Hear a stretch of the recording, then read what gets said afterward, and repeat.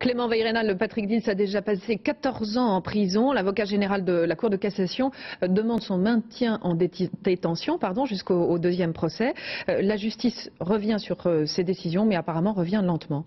Oui, effectivement, et on pourrait presque s'étonner que l'avocat général se soit déclaré à la fois favorable à la révision du procès tout en recommandant le maintien en détention de Patrick Dils. Alors il faut savoir que l'avocat général a justifié cette demande en indiquant que la remise en liberté d'une personne condamnée à perpétuité serait sans précédent dans les annales de la justice. Et d'une certaine manière, l'avocat général a raison de son point de vue, car il ne fait qu'exprimer, que reconnaître à sa manière, qui est celle de l'accusation, le caractère exceptionnel, sans précédent de l'affaire Dils.